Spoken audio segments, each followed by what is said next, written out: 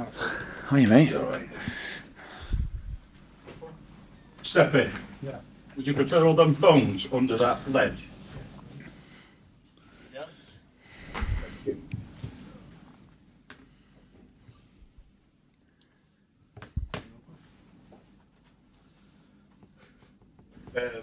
Timmy's going to set you off.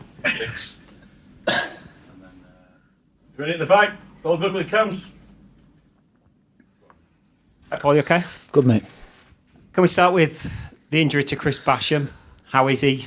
Have you spoken to him in the last few days? And can you update us on the bigger picture with injuries? John Egan, Tom Davies, what are we looking at in terms of timelines on these injuries? Yeah, but Bash first and foremost. Yeah, he's still in hospital, so he's going crazy inside those four walls. He's had a couple of operations which were needed and necessary. So hopefully he'll be getting home to his family in the next few days. But like I said, they release you when they're ready, don't they? So as it stands, he's in the right place. They're monitoring him, making sure everything's okay.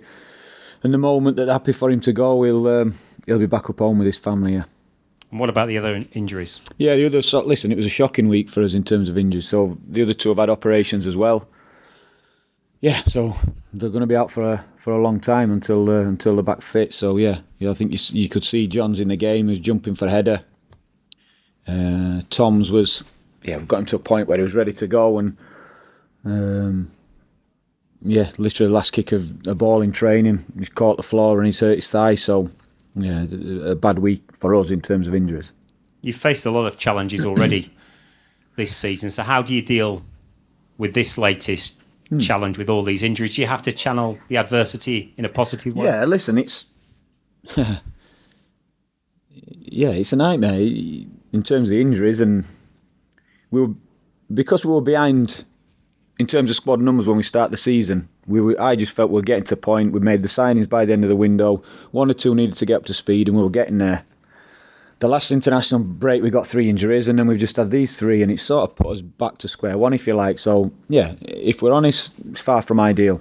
But we've been here before, as you say. We've had moments last season, beginning of last season, where it was similar. So it's an opportunity for others. And we have to use that. Yeah, we have to use that that determination. The boys who are getting the opportunities have to be determined to then stay in the team. I think what's hurting us is the length of these injuries. We've still got players out from last season who had big injuries, and then we get these more big injuries. That's what's hurting us. And unfortunately, there's nothing we can do about that until January, So, yeah, now I know the boys are all okay, and it's a case of starting their rehab. We can't lose any focus about what has happened. It's all about these next few months until we get into a position where we can do something about it. And next up, Manchester United. Does a win against United on Saturday night have a transformative effect on your season? Maybe the feeling about it, but it won't. It's 3 points. I think we know what we're in for this season, and yeah, we're up for that fight. We're going to be in our own little league, if you like, at the bottom. That's fine, unless we can change that around by positive results. But so, yeah, I think all it does, it changes the mood. It's a reward for the effort of the players. Yeah, I think that's all it is. We can't look beyond that. But yeah, we'll be fighting and giving all we can to get those 3 points, and then see what that does.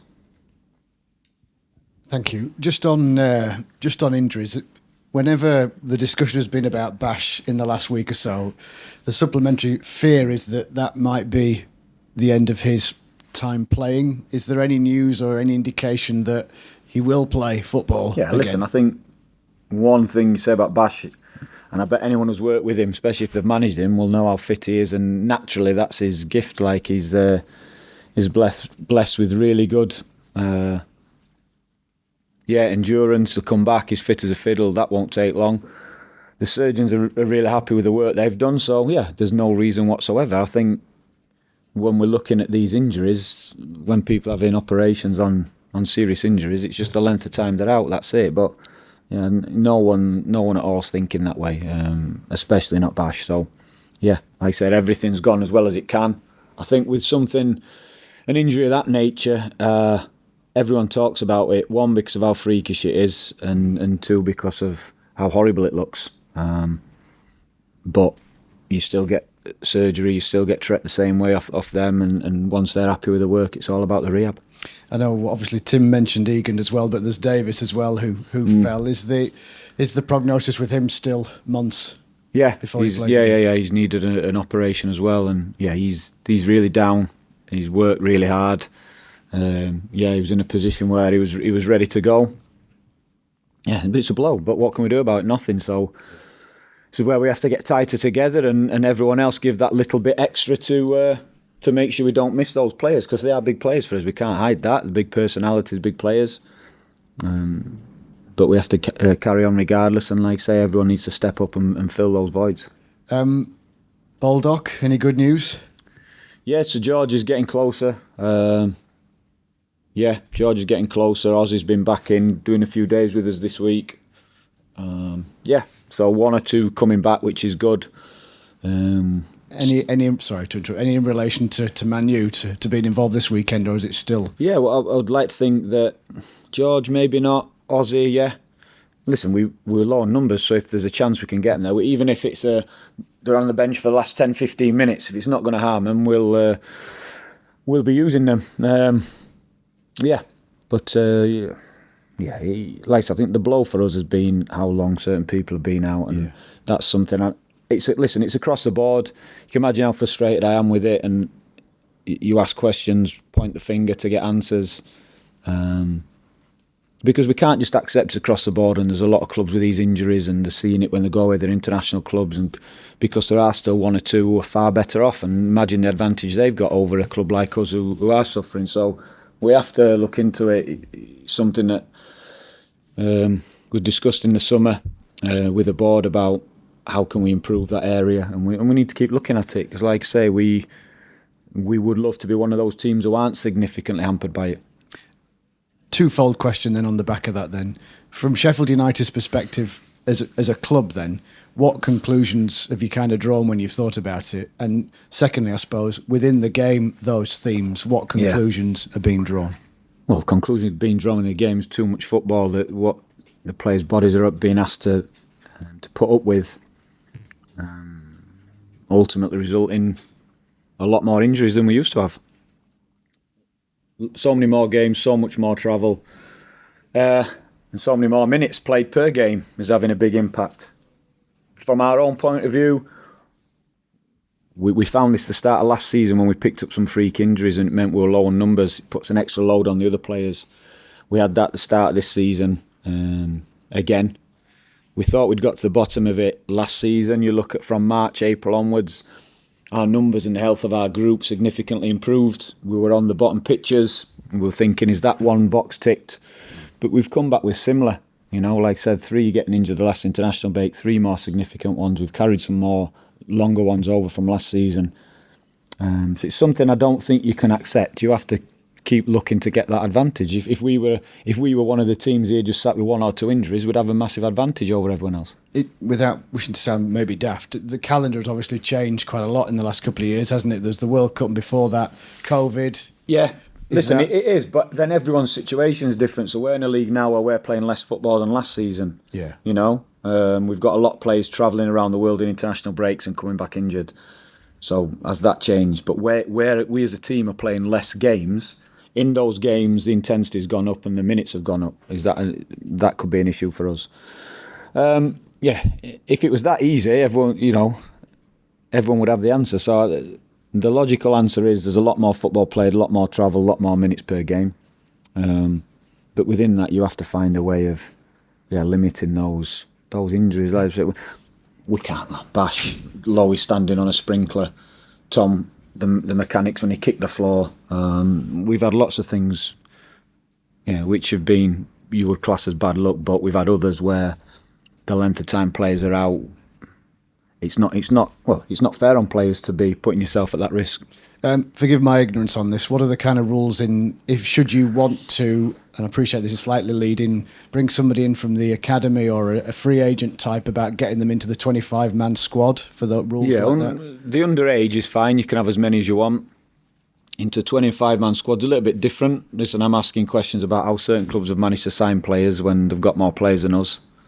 Whether they feature or not, we'll have to wait and see. So, yeah, it's just still a bit of a grey area. As much as it's black and white in writing, how that's then applied seems a little bit grey to me. Well, that's football, isn't it? Captaincy. What are your thoughts about that going forward? Listen, we need 11 captains. 100% the figurehead. Yeah, well, that's almost becoming irrelevant to me. I'll be honest about that. We had Egs, so obviously your captain's gone, your vice captain's gone. I almost feel like naming one and making it as if it's really important that one. No, we need more than that. We need more players. So yeah, it's something that we're speaking about, that type of thing. We've got natural ones in there, got lots of experience in there, who's done it before. But I don't just want it to be seen as the armband and that's all that comes with that role. I want a lot more from it. So, yeah, I think there's more to what that looks like Monday to Friday than on a Saturday afternoon. A couple of final points from me. What's been the kind of key priority throughout the international break, away from the treatment table, to get the players into the right mental space to go at it again? Yeah, lots of things. So working on how we want to play, how we're going to approach the game, the big one.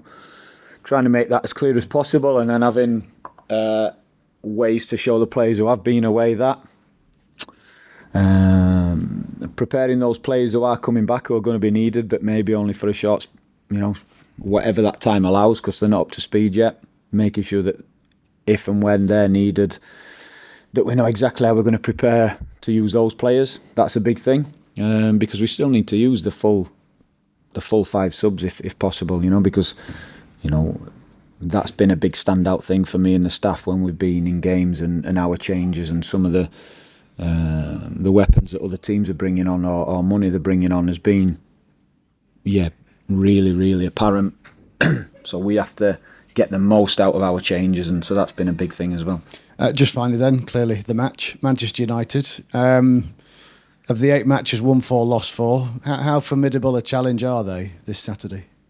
Yeah, I think they are, because I don't know how much anyone's seen of them, but they can be a team that are difficult to live with no matter who they're playing. So we have to prepare for that. And then the flip side of that is I've seen teams thinking they're getting on top and get the better of them, and they've got so many players with a little moment of genius and they win the game. So yeah, it's going to be a game of 9,500 minutes concentration needed. And at the same time trying to impose ourselves as much as possible, So, yeah, we have to prepare for, like I say, for a long game, a tough game, and be completely switched on, because regardless how well we're doing, we've seen it, not just this season, but last season, they've got so many players who in one moment can create an opportunity, score a goal.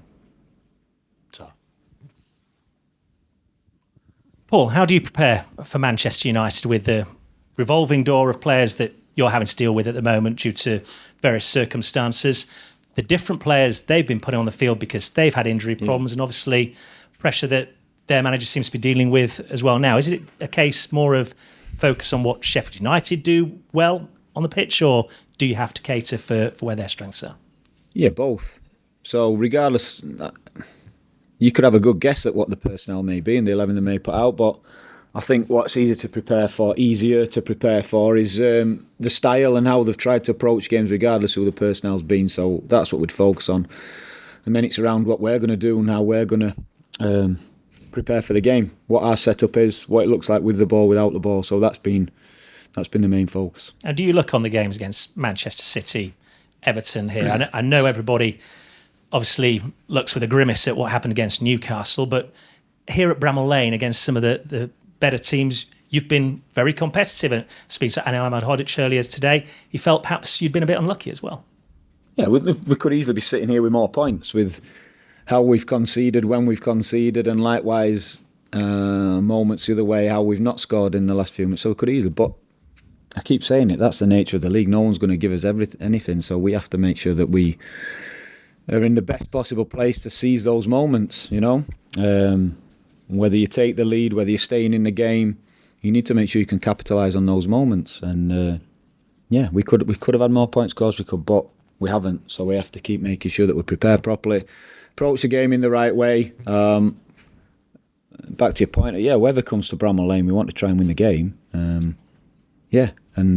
we could have easily won 1, 2, 3 of those games, but we haven't. So we have to accept that, understand why we've not, and make sure that next time we're in that type of position, we can take it. Thank you. And Bar, good stuff.